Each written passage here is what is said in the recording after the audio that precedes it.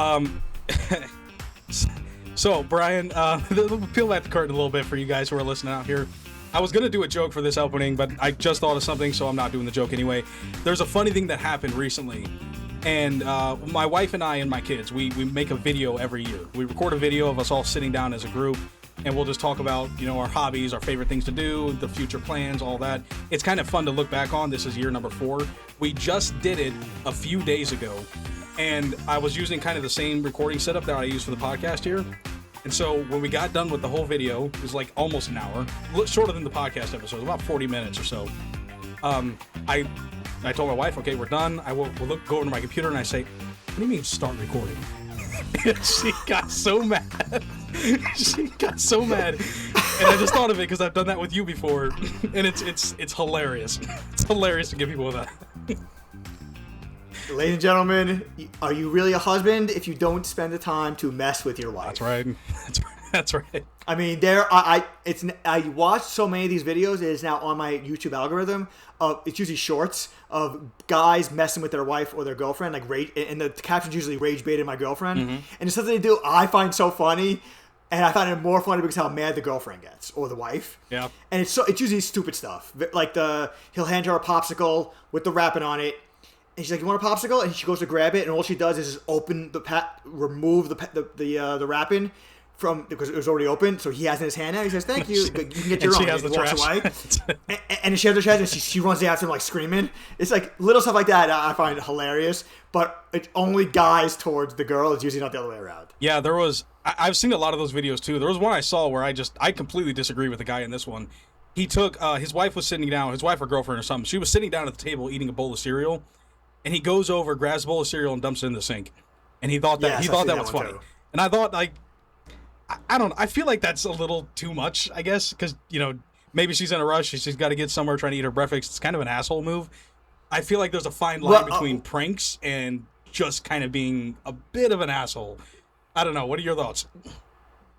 I agree. There's a fine line. I mean, if we ever do it, Who's a Bigger Asshole episode between me and you, we could add in like third party situations and go with that, but we're in context, as you kind of said. In that situation, what if she wasn't in a rush for anything? What if they were fully stocked with cereal?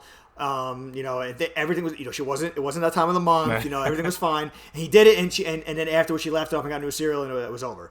If that was the case, then it was probably a harmless prank. But you are right, there is a fine line. Yeah, and of course, it's the relationship too. If they're used to this kind of thing, it can be much more acceptable. If it's just out of the blue, this has never happened before. Yes. You just dump what you can get away in. with. Yes.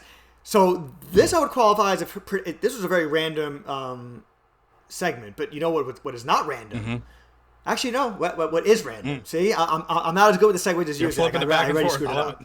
I already screwed it up. But what is also random is our episode for today. So welcome everyone to the Value Added Podcast. Brian and Zach are here, and today we're doing a little bit of a twist from something we have done before. Actually, a twist from something we've done in 2 different versions before. The first thing we did in the past, before even we had a YouTube channel, was Googling random shit, which is exactly what it sounds like. Zach and I both took turns going back and forth, things that we had Googled in advance, and we would question the other person about it and see where it went and just had a conversation about it. Sometimes it was a in-depth conversation where it expanded and sometimes it didn't. That was one. And then another one was very recently, possibly as recently as last episode, depending on what order we do it in, where Zach had a game show where he again came up with certain facts and figures and quizzed me about it. We're doing a combination of that today, kind of. It's Googling random shit, but it's going to be just me doing the Googling, just me doing the questioning. And it's not going to be in game show form. There's not going to be points, especially because the point system got screwed up last time. Zach, who's supposed to be keeping track of the points, forgot to keep track of the points, so it did go very well. So we're not going to keep track of points per se, but it's just going to be a one-sided. I go with a whole bunch of random stuff. I'm going to shoot them at Zach. We're going to see how it goes, and that's the episode for today. So welcome, everyone listening and watching, and, of course, welcome to you, Zach. Okay. Teacher, I do have a question. We're not doing a teacher shit. Okay, again. We're not doing that. Cool. Question: are you still going to be asking me like a multiple choice kind of thing, and I have to answer it or anything like that? Okay. open-ended stuff. I am going to ask you. I'm going to ask you the question open-ended, but I'm not going to give you multiple choice. I didn't get that thorough. Okay. I was more focused on getting as much random facts and random figures as possible than breaking it down that way. And since there's no points, it's not as necessary. It's not as important that you get it right or wrong. It's just important that I put it out there. We see if you can get it right, but the more important thing is that eventually I share what the answer is. It's almost like a "Are you smarter than Google" kind of thing here. It almost sounds like that. Yeah. So, especially because almost everything that I got here, I got from Google AI, our trusted friends at Google AI. So we're gonna see how that goes. I just had an entire meeting at work about AI, so I'm all over the AI lovely. right now. All over it. Lovely. That'd been more useful for our episode that we did. And I probably overdid it in terms of how much I have, but if we don't get through it, it really doesn't matter because it's all random facts anyway. But I'd rather have been over-prepared than under-prepared, so we're just going to see where it goes. A lot of this may just be a quick, I ask a question, you give an answer, I say yes or no, we move on. So if that's the case, then it's good that I have a lot, but if not, that's fine too. Okay, cool. Well, without further ado, I'm ready to jump into it. Go ahead. Shoot me the first Beautiful. I mean, I want to jump into it. It's not safe to jump into, but it's fine. Yeah, speaking of jumping hold on, another segue, of course. Not a segue, another little story. My swimming pool is it's the death of me. It is the death of me. It requires so much upkeep. And if you miss a day, if you miss a few days because you're busy, let's say your wife's at the store and the car breaks down, random stuff, right? Your pool will betray you while you're away. All right. And then you go out there, it's like, oh, it's time to go swimming. Nope. The pool is a disaster. You got to clean it. And the only reason I thought that is he's talking about jumping in. There will be no jumping into my pool until I get that taken care of. So anyway, on to the question. What used to happen when I was in charge of the family pool, I was the pool guy. I was the one who was responsible every morning for checking the pressure on the pressure system, and I would vacuum it, I would skim it out, do all that. But sometimes, if it was time for me to vacuum, my brothers and sisters would not want to wait for me to finish vacuuming because, God forbid. Right, of course. So I would say. So I would say, as a deal with them, I'd say you can go in, but A, no jumping in, no spinning everything around, and B, you got to help. So I had the vacuum. I gave them the skimmer, the little net thing, and they would go around the top of it and get all the leaves up the top. Every now and then, they would go under and sweep stuff, I guess, with their hand into a pile, so then I can go get it, things like that. So I said, you know what? If you're going to not be patient, the least you can do is help. So my point is, maybe you can get your kids on board with that kind of plan. Yeah, the only issue is they're so small that they can't really reach in and do it properly. But yeah, getting them in there, getting it skimmed out, I need help. Okay, I'll take what I can get. If you're not gonna have kids for the purposes of unpaid labor, then what's the point of having kids? Exactly. Mm-hmm. Yes. Is that the first Google search? So, what's the point of having kids? All right, I got an answer. What's the point of having kids? Beautiful. Okay, so this first one is random, of course. Mm-hmm. Estimation. And it's not based on, the 1980s or 1990s or the early 2000s. It's based on the last year. What is an estimated amount of total flights per year?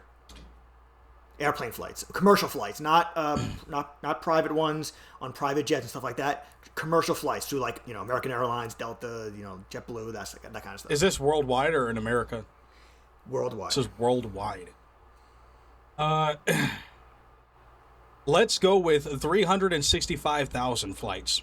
And I came up with that number because I'm saying 10,000 flights a day, which sounds crazy. Times 365. Yeah, but at the same time, there's airports all over the place. Planes are constantly going places.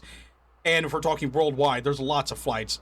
10,000 might be a crazy number. I don't know. I'm going with 365,000. Okay. Anyone who's been to an airport, you're not a huge flyer, so you might not have been, can tell you that just by looking at the board alone, you get an idea of how many flights leave just in that window that you're at the airport. And then before you got there and after you get there, the flight, it's all going to recycle and then be more of it. Mm-hmm. So it just puts in perspective, and that's just one airport. Your number is very, very low. Oh, low. Interesting. Very, very low, yes. Based on estimates from what they have, the amount of flights for this first 6 months of the year, they took those amount of flights and times it by 2. That's how they got the estimation, okay? So the answer for the full year, again, a rough estimate, is 34.4 million. Jeez. There you go. Jeez. There you go. Airline travel's a legitimate business, and despite all the horror stories you hear about things that go on in airplanes, I never had experienced anything close to that. Every now and then you get people who don't listen to instructions, but things like other than that, you get that anywhere. There's horror stories of things you hear about planes. That's not deterring people from going because 34.4 million. That's crazy. That's crazy to hear. Yeah. I wonder if you were to look up like a breakdown of where those flights are coming and going, if most of that is concentrated like in America or in the West. I would be curious. Yeah, I would be curious what like the number one flight to and from is. My guess is something like New York, LA, maybe Orlando, and like is in the mix, or Vegas, or all in the mix, and then outside of the U.S. like Paris. Yeah. Or London or something like that is in the mix. Okay, Tokyo. I'm going to ask you a weird question here, but it's related. I want to see if you know the answer. You can't Google it, though, all right? Which place in America probably has the most flights to and from in proportion to its other modes of transportation? Hawaii. I would say Alaska. Can you get to Alaska without... Yes, but without flying, yes. You can't get to Hawaii. You can't do Hawaii. Other than a ship, you can't get to Hawaii without flying. Now, you have to to get to Canada, to Alaska, you have to go all the way through Canada. And Canada is based on what you look at the map, it's even bigger than the United States. So it's a trek. But if you're already in Canada, that helps. Yeah. But people have done it. Hasn't our buddy, our former coworker of ours, done that? Or is that something else? I think so. That might be something different. Okay. That might be the Arctic Circle. Oh.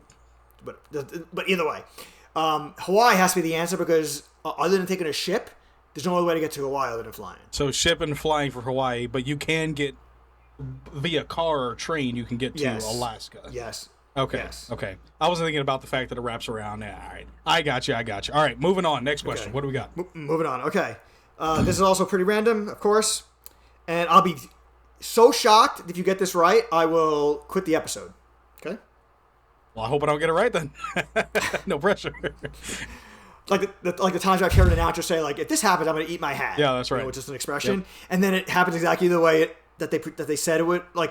Exactly what they said. They didn't think it was going to happen. Happens. Mm-hmm. It's like, so you're going to do it or not? No? Okay. Yeah. Big liar. Yes, big fat liar. What is the tallest building in the world? Oh my God, I think I know this.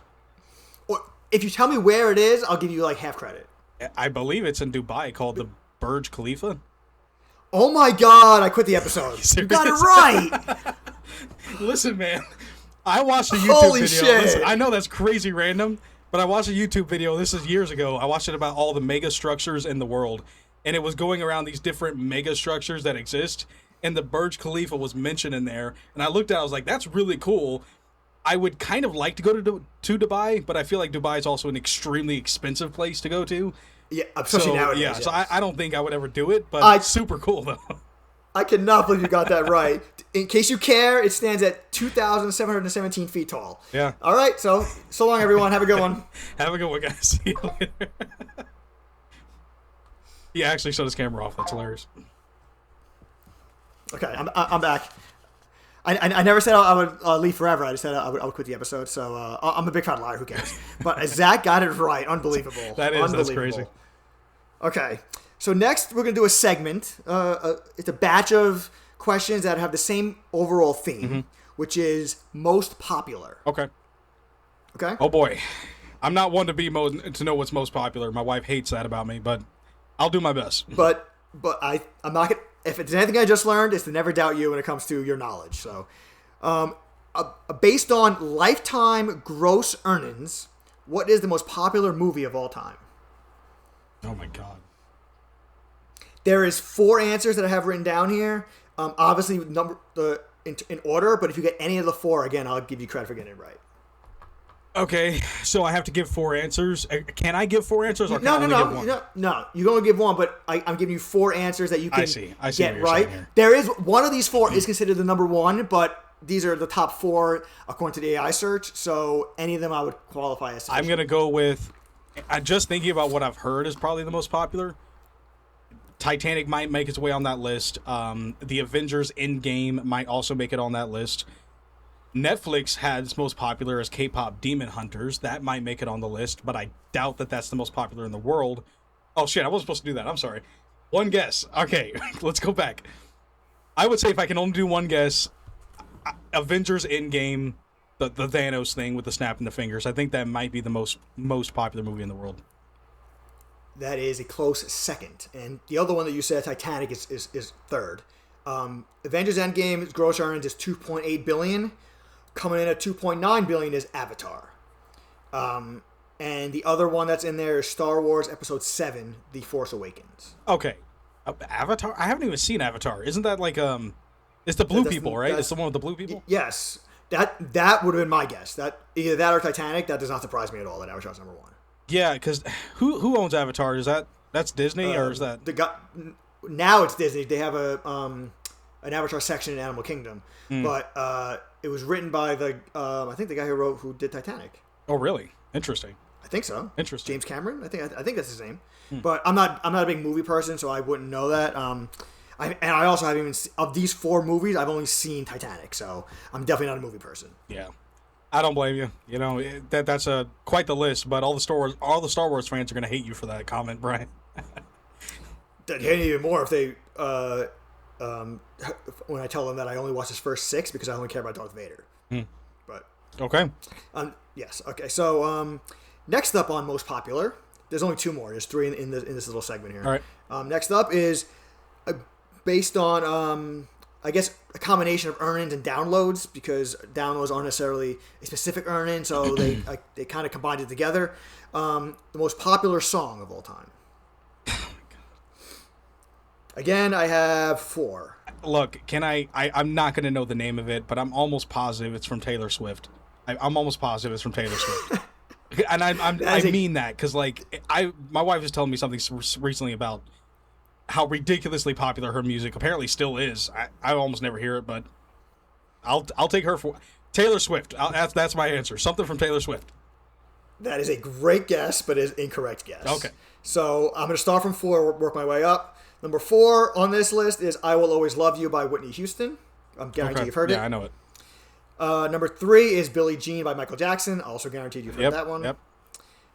This one I've heard, but I'm pretty sure I've heard it because of the artist, but I can't place the song in my head right now. Elton John's "Candle in the Wind." Okay. Obviously, I know Elton John. I don't know the name of the song right off the top of my head either, but okay. Same. I mean, if you're with Elton John, I can almost guarantee if I heard the song, I'd be like, okay, I've heard that, but I just can't place it right now. And number 1 is "White Christmas" by Bing Crosby. You know, I really should have guessed a Christmas song. I'm surprised you did. Actually, but you know what? I also get why. I revoke everything that you just said and I just said. The most popular song is 100% the birthday song. Come on now. Everyone sings that song. That doesn't all the count. freaking time. Come on. That doesn't count. And again, I gave you the criteria. It's based on earnings and downloads, not what's most sung. Fair. Taylor Swift, if it was most sung, Taylor Swift's probably gonna be on there. But "White Christmas" it is. And if you told me a Christmas song, I wouldn't even guess this one. I would have guessed Mariah Carey's song. But "White Christmas," I guess, has been around longer, so it has a bigger shelf life. So there you go. Okay. And now for number 3, we're going to go to Zach's favorite category. Just based on 2025. This is not a forever kind of category like the other 2. It's just based on 2025. What is the most popular dog breed? Again, there is 5, so I'll take any of them being one. But there's a number 1 answer.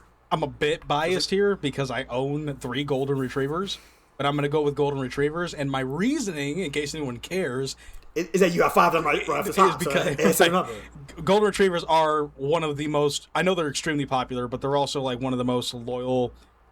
They've always just had a great reputation as being a good, loyal dogs to people. Very little aggression issues with them, and yeah, I don't know. I'm not a dog expert, but I do know the golden retrievers are very, very popular. I wonder if pit bulls is on your list. Go ahead. Golden retriever is on the list. Pit bulls is not. Okay. So the other 4 on the list besides golden retriever is the dachshund, German shepherd, Yeah. Labrador retriever, same thing, pretty much. It's not golden. And number 1 on the list is the French bulldog. What was your question in the was your question was what was the most popular dog in the world? The most popular dog breed of 2025 of the last year. Okay, but where is my question? Worldwide. Worldwide. Yes, no, I'm sorry. That one I forget. I failed to jot that down. Okay. But I thought it was worldwide, but now I'm not sure. I'm not gonna go back and look. It doesn't matter. Look, I don't know if I've just lived in some weird areas. If I had to tell you the most popular dog I've ever seen, it is pit bulls. I've seen more pit bulls than any other dog, just based on where I've lived, I guess. That's because everybody's scared of them, so you remember where you see every pit bull. Yeah, exactly. But bulldogs, I've barely ever seen bulldogs. French bulldogs, those are the little ones. The ones that a bulldog is. I know you're thinking about a bulldog, but a French bulldog is like a pug. It looks like a pug. Okay. Yes. Maybe I have seen them and I just didn't realize it, but okay. All right. You probably stepped on the way to the door and didn't even notice it. Didn't even notice. In with the crowd. Okay. Good to know. Good to know. Okay, so that concludes our most popular segment, called Most Popular. We have several more segments like that, possibly coming in later on, but for now we're going to go back to just random questions. Okay. So, I actually guess this one has a theme, but it's not organized as well. This one is just about like specific countries that have the most, the worst, the best, the highest, whatever, as far as countries go. So, all right. First up is according to 2026 data, which country has the lowest reported IQ? Ooh. I'm almost positive this is an African country. I'm almost positive it's an African country. I will give you that. It is an African country. Yes. Okay, and I know this because I remember looking up something in relation to this. I don't think I could name it. Yeah, that's the best I'm going to be able to narrow it down. Is this an African country? You can't give me one African country as a guess? Zimbabwe. I don't know. Zimbabwe is a good guess. It is an African country. The answer is Somalia. Yes. Okay. With an average IQ of 83.84. Okay. And I believe anything under 90 is considered below average. I believe, if that's how it goes. So the average of this is below the I thought it was 100 was considered like their baseline. I don't know. I haven't looked into it. I thought it was 90. Unless both of us are wrong, either way, it's below the baseline. So yeah, well, I'm an idiot, so I don't, what do I know? Right. Yes, we're on the lower end of the baseline there. So yeah. Okay, so this one. Can I ask something real quick though? Just out of curiosity, have you ever taken one of those IQ tests? Have you taken one of those IQ tests before? Maybe when I was a kid, I don't remember. But other than that, no. I took the IQ test. I think about 4 years ago, 3 or 4 years ago. I took the IQ test. I'd be scared to know what the number was. I did not believe it at all. I did not believe it at all. And before I say this, I am not saying this to brag because I completely disagree with the findings. All right, it put me at 141, which of course is a great compliment. But at the same time, I do not think I'm that smart. When I think of someone with a 141 IQ, I'm thinking of an engineer or a doctor or something like that. I'm not thinking of a guy with a hat like me. So, well, Zach, the very fact that you don't think yourself that smart is a sign of intelligence, because one of the signs of intelligence is realizing what you don't know, understanding that you don't know stuff, and you're never going to know everything. You know, always seeking to learn more, stuff like that. The people who always act like they know everything are usually lower IQ. I'll be nice about yeah, but look, I would say Somalia, right, is probably the happiest country in the world. I mean, they're all just enjoying life, man. They're not worried about nothing. It's great. They're living a good life. Yes, we'll go with that. Okay, so there's two answers here, so I'll take either one of them. All right. Which country has the most islands? This answer really surprised me. I'll give you that. I'll say that. I really have no good guess for this. I have no baseline for a good guess for this. But islands for the country would have to border and contain those islands. You have places like Cuba has a bunch of islands, I think. Iceland. I'm going to go with Iceland. I think Iceland has islands that are around it. I don't know. Okay. That's my best guess I can put out there. So the answer, coming in with a whopping 267,570 islands, is the country that handled COVID the best. Sweden. Really?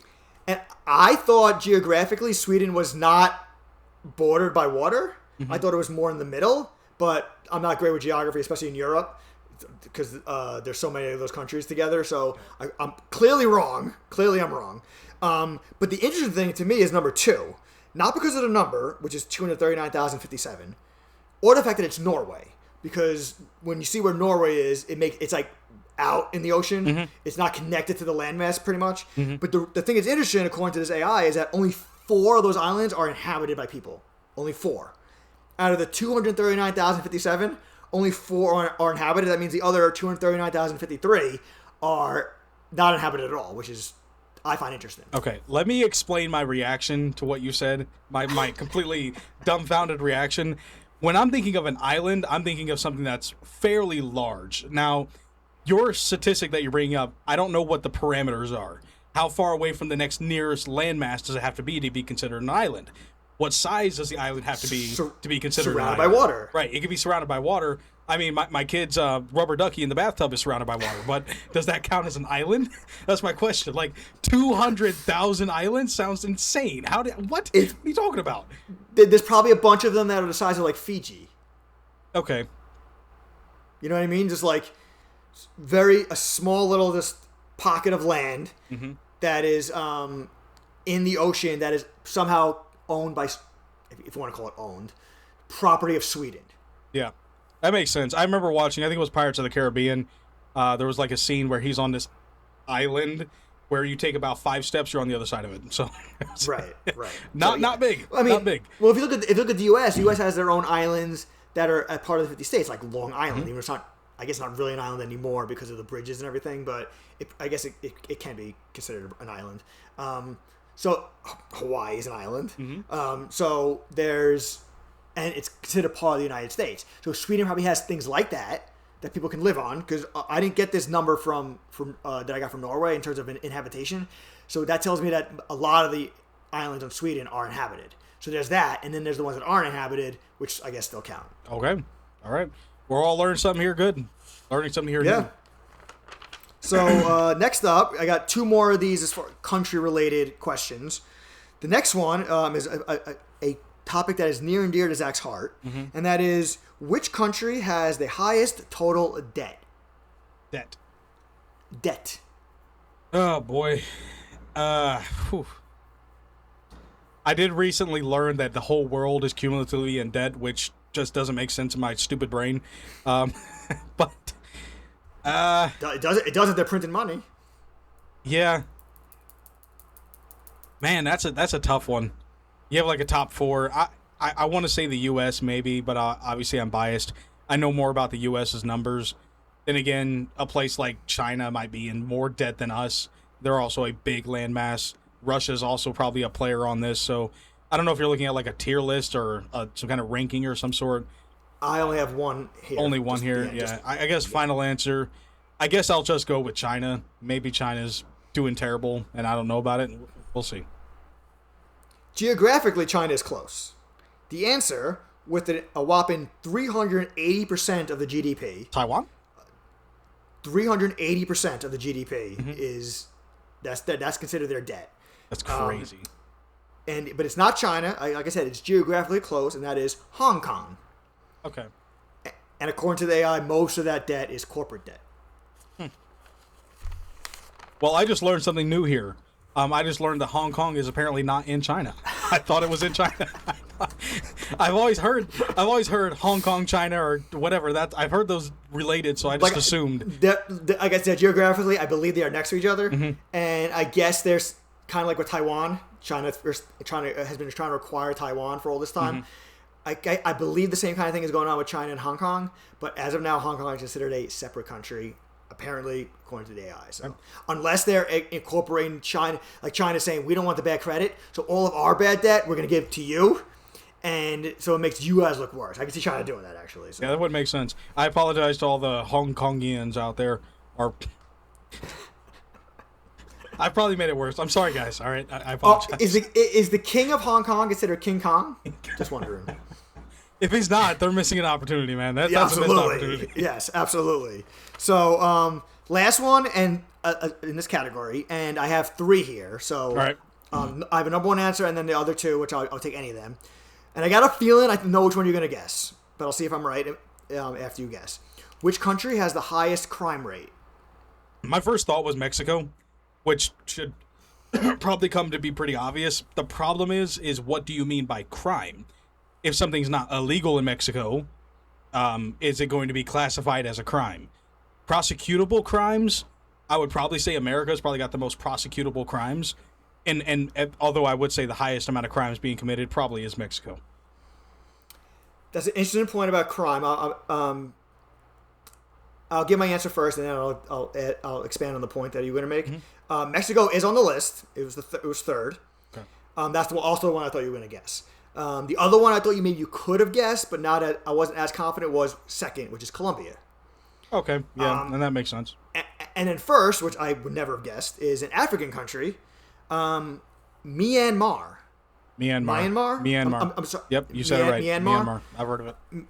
Myanmar is the number one crime rate. So what I was going to say about crime rate is you made a great point about that. This goes back to our statistics episode, but I learned about this recently regarding there was some podcast I was watching. There was a conversation about election fraud and all that stuff. And one way, and I'm not getting into that. I was going to say what I learned from that is one way that you can change the numbers, fudge the numbers for crime rate, is to take something that normally was a crime and make it legal. Mm-hmm. Exactly. Or make it harder to become illegal, make the threshold very high. And then suddenly, and then you can say, look, we wiped out all the illegal such and such in this country. Yeah, it's still going on. It's no longer illegal. That's how you wiped it out. So that's an interesting point, but I didn't get that far in depth with it. I just went with what AI told me, so those are your answers. No, that's a really good point, and I also want to share that there was something, and that happens in our country, where there are certain cities where they'll do that on purpose. They'll basically decriminalize certain things, shopping, thefts, things of that nature. It's no longer a felony, it's a misdemeanor. And so when they have their public reports come out, homicide's another good one, they're going to change the classification on what it means to be considered a homicide. We're going to change it from it means this to now, no, it only means this in these particular circumstances. And just by basically doing a administrative change, they've suddenly drastically reduced the crime rate. No, you haven't. The reality is not changed at all. You're just fudging the numbers. That is something I hate about politics in general. It's just the fakery, the fake BS going on behind the scenes.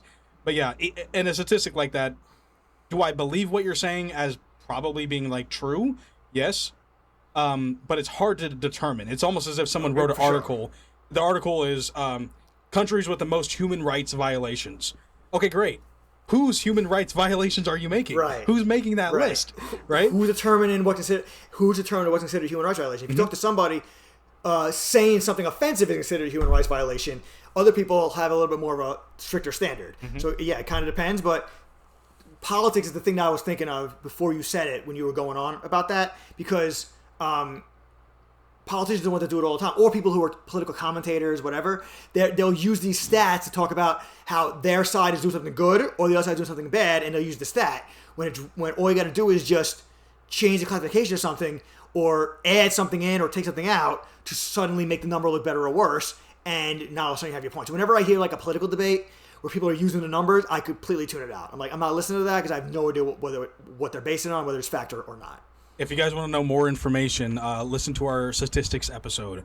Yes, episode number, absolutely. I'm not going to tell you. That's for you to find. Because you don't know. Excellent. All right. Okay, so we're at a good stopping point. We have another category thing coming up. The next two actually are like that.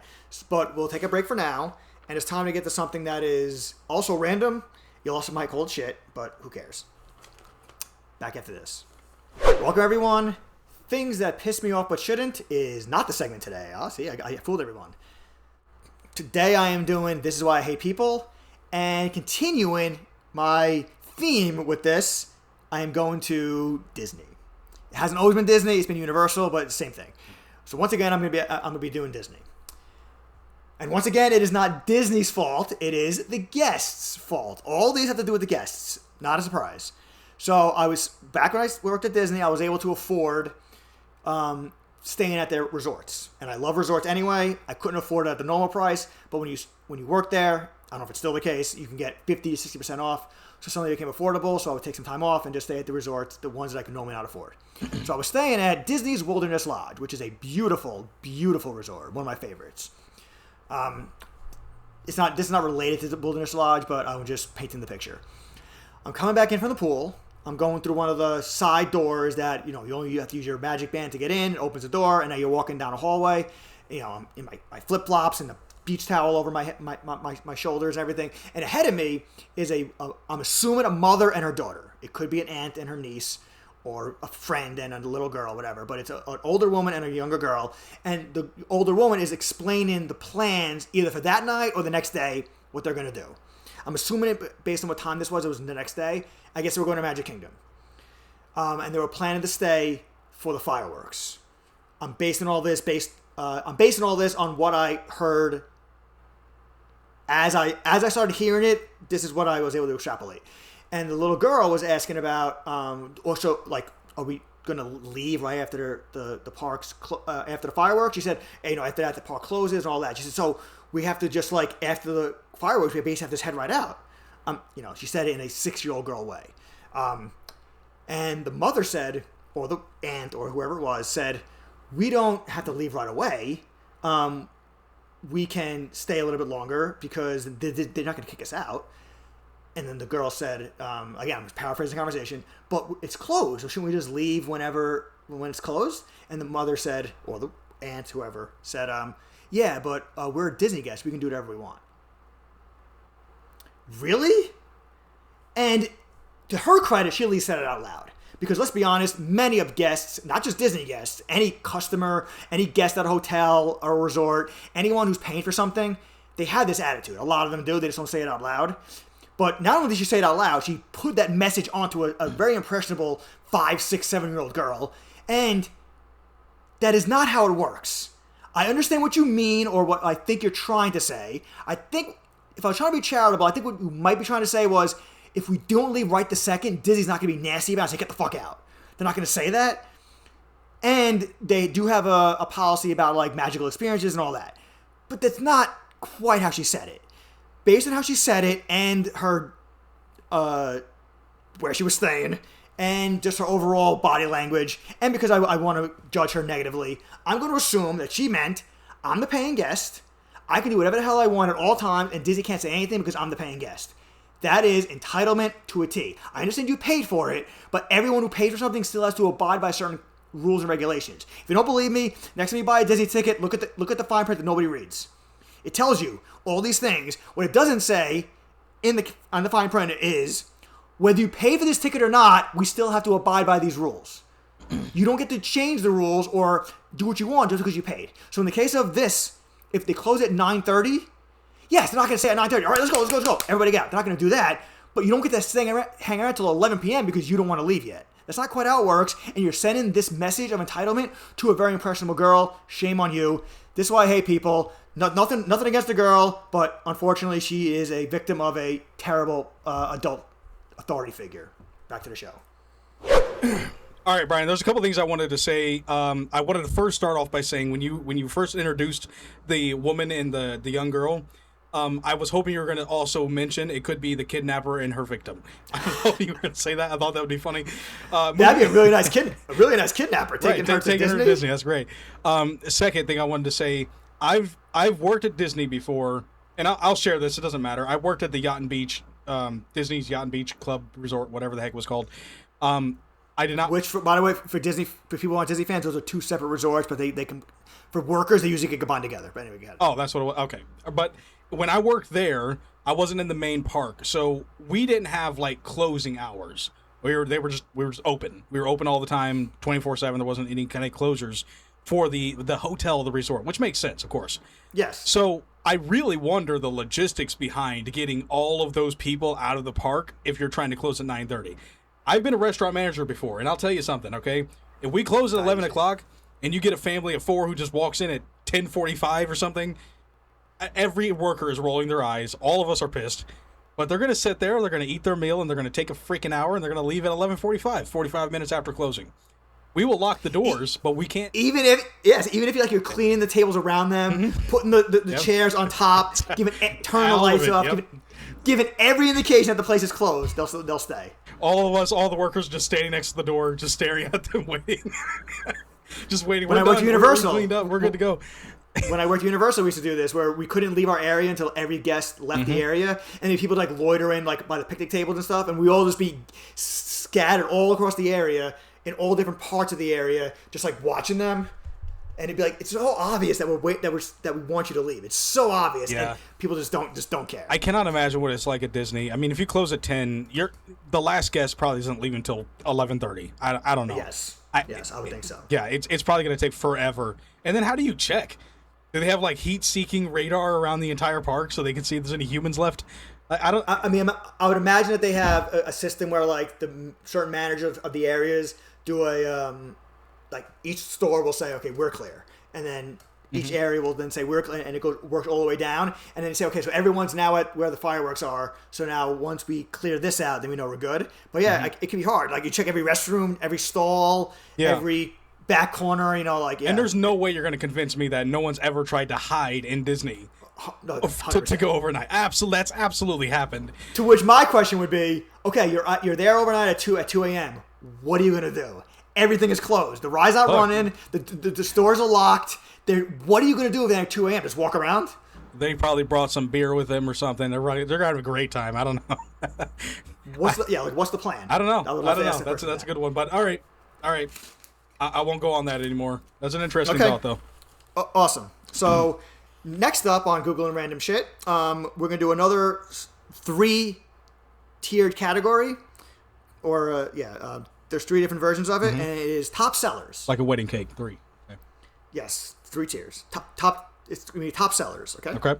Okay. I assume you don't need elaboration on what that means, but even if you did, I'm not going to give it to you. Okay, thank you for saying that. First up, what is the top selling grocery product at Walmart? Bread? Bread, probably? Good guess. It's something that is like that in the food group. It's a little bit cheaper, and the answer is bananas. Okay.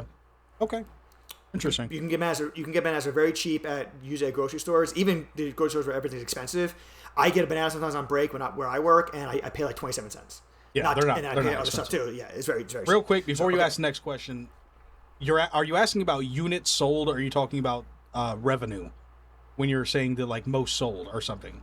I would imagine when it says top selling, it means an actual sale, not about revenue. So I guess so units. Okay. Yes. Got it. Yes. So next up, and this one I have 3 answers. Actually, the next 2 I have 3 answers. But what is just in the U.S. alone the top selling candy? And again, I'll accept any of the first 3 answers. It's got to be Reese's, man. And listen, before you even tell me the answer, let me just say, at the Value Added Podcast, as a representative here, Reese's is the best candy. Okay, case closed. I agree with you, and that is the answer.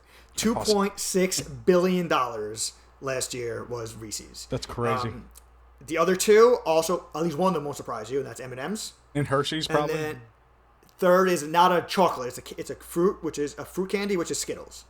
That one's a little surprising. Okay. Even though I love Skittles, but it's surprising that it's third. But yeah, Reese's, that would be my guess too. Reese's all the way. Like that's, you go to any like grocery store where they have or not sorry, grocery store, a convenience store where they have the candy section, and like half of a wall is just different versions of Reese's. Oh yeah, they make all kinds of stuff. I prefer just basic original Reese's. The peanut butter cup. Yeah, absolutely. That's all you need. Yeah, that's all. I mean, if you explain to someone who's never had a Reese's before, it's like think of chocolate and think of peanut butter. Now think of it together. You're welcome. That's right. Right. That's right. That's it. It's simple. Right. Yeah. Okay. Now, right after this, we're going to go from candy to another thing that kids love, which is toys. So again, in the U.S., no, this one's worldwide. Sorry, this one's worldwide. What is the top selling toy? Again, I have 3 answers. This feels almost impossible because there are so many different kinds of toys. Is it like, are you looking for an answer like like a doll, like a Barbie doll? Like a Barbie doll? Is that like the kind of answer it would be? That's the answer. Okay, I figured it would be that. I didn't know if you were wanting to get real specific. An Elsa doll, an Anna doll, or something. Like Malibu Barbie? No. Malibu Barbie or something. All the different versions of Barbie is considered a sale under Barbie. So Barbie's the answer. Yeah, that does not surprise me at all. Lego Yes, is probably on that list too, isn't it? Lego's number 2. Dang, Good job. let's go. And keep this up. What is number 3? I'll be surprised if you get number 3, but I said that last time and I was wrong. So we had dolls, Lego. Here's my hint. I don't look at it, most people don't look at it as a toy. But it is a toy, I guess, based on this category, based on this. Maybe it's referencing video games or something as a toy, or It's stuffed impossible. animals. It's almost impossible to solve. A Rubik's Cube? There it is. Beautiful. Rubik's Cube is number 3? That's crazy. Rubik's Cube. My guess is because this is not this one. I should maybe I wasn't clear about this. Top selling candy was based on 1 year. Top selling toy was based on since the toy has been introduced. So like Barbie's been introduced since 1959. It sold 1 billion. Yeah. Okay. With that said, that's an interesting point. I would have I would have guessed that fidget spinner thing would have been more popular than a Rubik's Cube. I would not have thought a Rubik's Cube was more popular than that fidget spinner. You know what I'm talking about? The fidget spinner. You probably saw it in the store or something. But people were using it all the time. I saw it all over the place. This was before I had kids. I saw this all over the place. I can't say for sure what I would have guessed. I might have guessed Barbie. I might not have thought Barbie. So it says a lot about Zach. That was the first thing you thought of. But whether I would have thought of it or not, the answer does not surprise me. So Okay. That's it for top selling. Next up, we have another little mini segment of this one's called How Many? All right. And do you want to know how many of how many? There's going to be 1, 2, 3, 4, 5 of how many's. Okay. 5 how many's. Okay. Got it. And this one, because the numbers are so specific, I'm going to have to be very generous in terms of how close you get because these numbers are very specific. First up, how many golf courses in the whole world? They're not all this hard. No, it's not that. I was just thinking, what do they qualify as a golf course? What is a golf course? Is it mini golf? Is it the big full golf? Does each it's hole? Full golf. Okay. I believe I'm assuming. I'm going to assume based on what the AI said that is anything that is a 18-hole golf course where like it's full range and you have to drive the ball and then putt and do all that, and you have to use the cart, everything like that. And it's I assume it's also public and private courses. 378,000. This one you went way too high. Way too high. Okay. Let me say my first guess was going to be 78,000, but I thought in my head, let me just add 300,000 to it. 78,000 is like twice what the answer is. Really? The answer Okay. The Way answer is shot it. Yeah, the answer is 38,864. I mean, I knew that exact number before I even guessed it. Of course. Before I looked it up. So, and I can name every single one of them. You ready? Yeah. Okay. We'll do it off screen, right? Okay. Fair enough. Okay. I should turn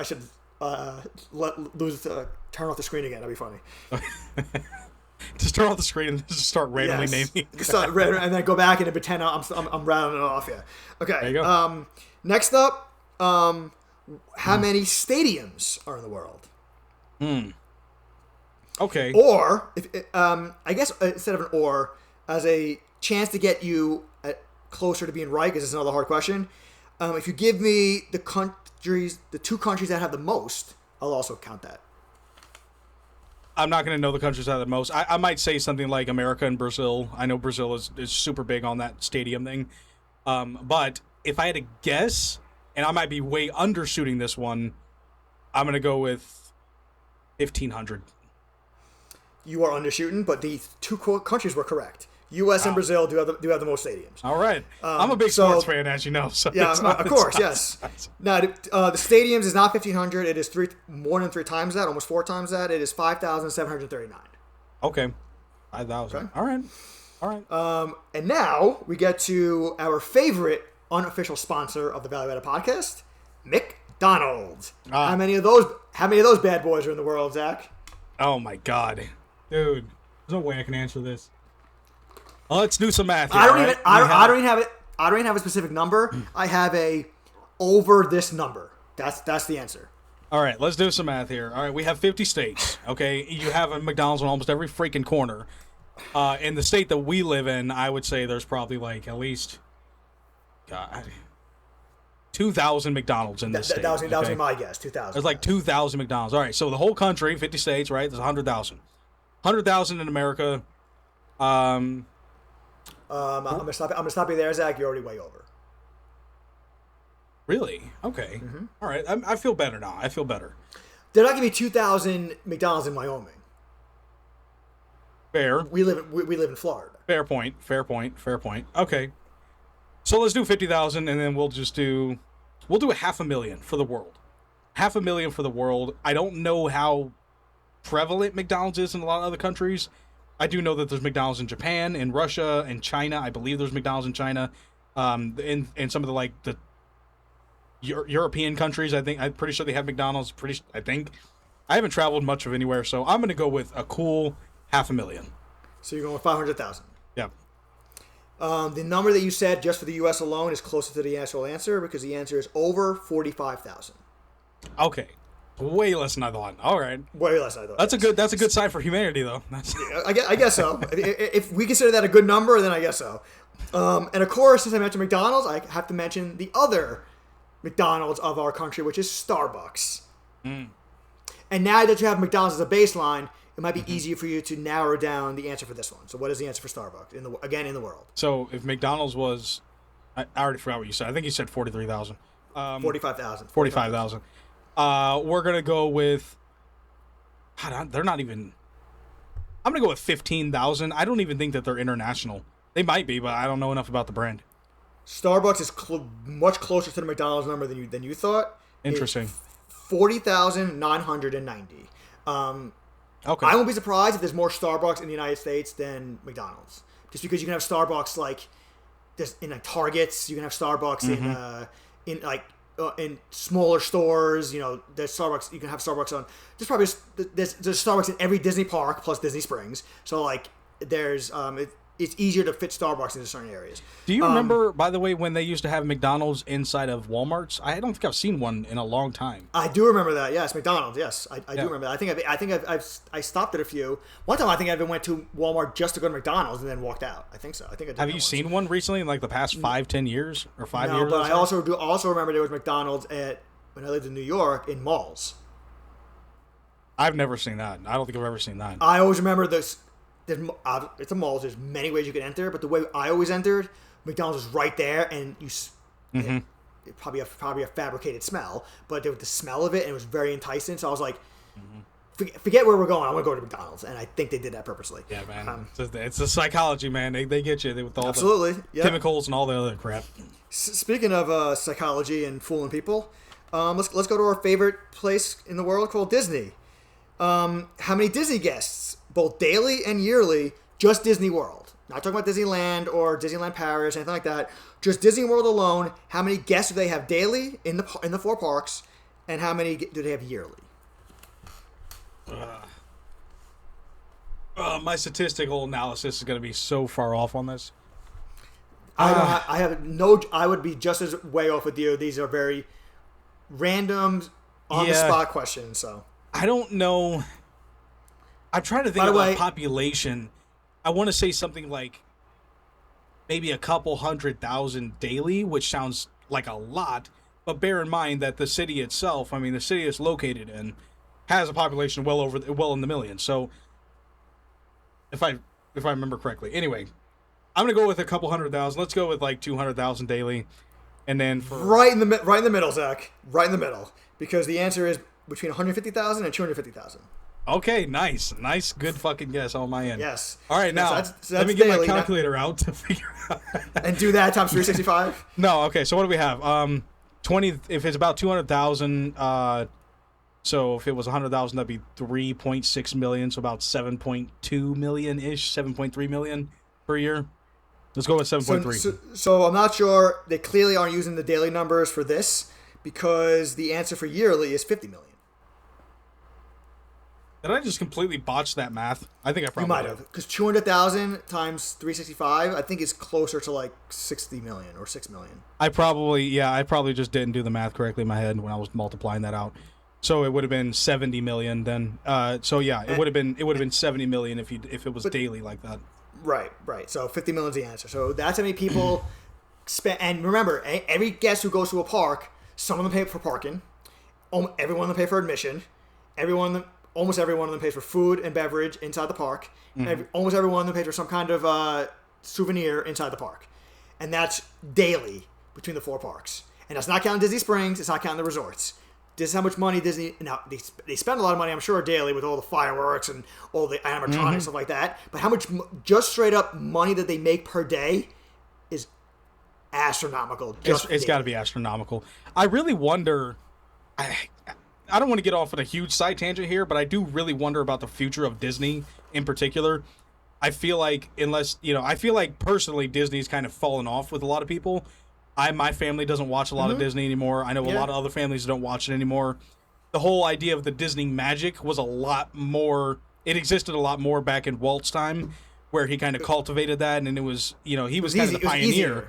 It was easier, and kids were not entertained by 1,000 other avenues, so this magical thing seemed a lot more enticing. Now, everyone's got a phone in their pocket, everyone's got a tablet, everyone's got entertainment just at their fingertips constantly. What is the appeal for the younger generation going to Disney? I don't think it's as strong as it used to be. Yeah. There were people before phones and everything who, if you didn't go to Disney, you didn't know what Disney looked like, you didn't know what it felt like, you didn't know what it sounded like, anything like that. People could tell you, but it wasn't the same thing. Now, all you gotta do is watch a YouTube video or a video of someone who you follow on Instagram who's at Disney, and they can do like a quick little video of them being at Disney, or on a parade or something, and suddenly you watch the parade on YouTube. It's not quite the same thing, but it's better than nothing. It's close enough, and it's free. And it's free, right? Yeah, it's good. That's a good point. And by the way, I should point this out at the very beginning, but I didn't. For anyone who wants to fact check me, remember that I'm getting all this from Google AI. So if you want to fact check me, you're not fact checking me, you're fact checking Google AI. So, and Brian, if they do want to fact check you, how should they reach out to you? At our email address, which Zach will give later. Damn it. valuated.zb@gmail.com. Beautiful. I just had a stubbornness. I didn't want to do it because you wrote me into it. Okay. So next up, I'm probably not going to do the last one because we're running low on time. No, like the second. I'm doing the second last one, but not the last one. And this next one is most common. Mm-hmm. Okay. So, with a whopping 70 to 79% of the population, what is the most common eye color, Zach? Brown. Good job. Look at that. Bang, bang, bing, bang, boom. All right. This one I don't have a percentages attached to it. I'm just going to give you 3. And you can name the actual... actually, let me ask a question first. What is the most common phobia? You can name the official name of the phobia, or you can just say fear of whatever, and I'll still count it. I have the top 3. Fear of heights. That is... Did you know the name of the phobia itself? Fallophobia? Since you were so confident about it, it is acrophobia, and that is in the top 3. Acrophobia. Interesting. Yes. So is that where the word acrobat what are the other comes 2? from? Like acro? What is the suffix acro mean? Now that I thought about it, now that you just said it, acro probably means height. Acrophobia, fear of heights. Interesting. Okay, that's Latin then, right? They usually use Latin for those type of things. Okay. Sure. All right. Sure. I'm not linguistic. So What are the other 2? I would probably say arachnophobia is on there, and arachnophobia, for people who don't know, which is the fear of spiders, and correct. That is number 2. I would probably say this claustrophobia. One I did not is probably the 3rd one. That's a really good one. Really good one. That's would have been my guess. Mm-hmm. The reason why it's not in this list is because number 1, I didn't consider a phobia in this context, and that is social phobia, fear of social interactions and being judged. I did not think that was a actual documented phobia. Yeah. Under the category of this. Otherwise, I can't get rid of that, and claustrophobia is probably 3rd. But social phobia is actually. So let me ask: which Harvard student wrote this article you're reading off? Anyway, which nerd? Yeah. Okay, so I'm not gonna do the next thing. This is about actors and stuff that most movies, whatever. I don't find that interesting. I just added it for the list. But what I'm gonna do instead is rattle off a couple of. Actually, no. I'll do one more question, and then I'm gonna just speed around a couple of facts that I'm not gonna quiz you on. I'm just gonna rattle it off to you. But besides that, so one more question, which is, there is one letter in the alphabet that is not contained in any of the U.S. states. Not the state itself, the name of the state. Just one letter is not seen in any of the states. Which letter is that? You could probably guess it just based on... the common occurrence for the letter. I would really go with X. I was trying to think of any states that I know that had the letter Q in it. And of course, the first thing that pops in my head is Queens, New York, but that's not a state. That's a city in a state. Is your guess X? Is your guess X or Q? I'll go with X. If I thought about it longer, maybe it's Q, but whatever. X is my guess. X actually has 2 states that have X in it: New Mexico and Texas. Oh, no shit. So the answer is Q. There's also only one Z. And there's only That's crazy. Yo, you're good. Go ahead. I'm very disappointed in myself right now. There's only one Z, which is Arizona, and then there's only one J in New Jersey. So there's actually more X's than there is J's. Interesting. But yeah, no Q's. Okay, so 2 random facts. I'm just going to speed, since we're at the end of the episode, I'm just going to speed around real quick. Number 1, it takes a drop of water 90 days to travel across the entire Mississippi River. Assuming it's flowing at the same speed in the same direction at all times. If it starts at one end of the Mississippi River and goes all the way across, it'll take 90 days to reach it. That's neat. That's a neat fact. Speaking of neat facts, since I'm not a fan of your condescension, our buddies McDonald's. Do you know? Makes a second appearance. I don't know I don't know what year this was or how long this lasted, but at one point McDonald's, as a way of forcing kids to eat healthy, tried to come up with bubblegum flavored broccoli. Oh, there is something called I think it's bubblegum flavored grapes. That is something that they have now. Yes, I have tried it myself, and I think it tastes similar but odd. It's very odd. Apparently there's bubblegum flavored baby. It's not flavored. It's bubblegum scented baby wipes. Yeah, that's not surprising. Yes, but anyway, it did not last very long because the child testers were, quote, confused by the taste. Who would have thought? Wow, what a development. Somebody get the reporters in here right now. Let's get the reporters. Come on. Breaking news. Yes, breaking news. So that, I feel, is a great way to end this little episode for today. McDonald's with the bubblegum flavored broccoli. So there we go. There's my random shit that I Googled. I try to categorize it, keep it together a little bit, but you found a lot of different things. The high crime rates and how many the tallest building in the world and how many McDonald's are in the world and so on and so forth. So Google random shit. Zach, you can take a breath now. How'd you feel? I feel great. I really enjoyed this episode. We've done this before, kind of in different iterations and all that. We're switching it up a bit as we go. I like this concept. It's very random, very out of the box, but for any of you guys who listen and follow along for this episode, I bet you that something we talked about today or something we discussed maybe is new information for you that you didn't know before. So, yeah, I like the episode. I'm super happy. And, yeah, we should definitely do more of this in the future. And that is whether the episode is silly or not, we always hope you learn something. So that's the goal, and hopefully you guys achieved it. Zach definitely achieved it. Even I achieved it. I didn't learn on this episode. I learned it while I was looking some of this stuff up, but I learned something as well. So yeah. And no controversy really in this episode either, right? No controversy. Even the times where we say we're not going to, we find a way to incorporate it. We did not today. Good job by us. Okay. Fair enough. All right. Okay. So, take us home, Zach. All right. Okay. Thank you guys for being here. I appreciate all of you taking the time to listen to this episode. I hope you had a great time. And if you did, please consider subscribing to the podcast. It really helps us out on YouTube or on Spotify. If you want to interact, you can use the comment section. You can interact with the poll, as well as you can send us an email. Now, Brian, he teased this earlier, but it's valueadded.cb@gmail.com. If you happen to have taken the time to fact check all of his statements today, make sure that you send us a very long email. We'll be sure not to read it. But you can email us again at valueadded.cb@gmail.com. We upload every Friday at 8 a.m., so we have some amazing, awesome content for you guys. We hope to see you around. We'll see you again in our next video. Bye. And I guess if you're fact checking and all the fact check is everything I said was incorrect, the email should go to Google, not us. But anyway, we appreciate it anyway. So long.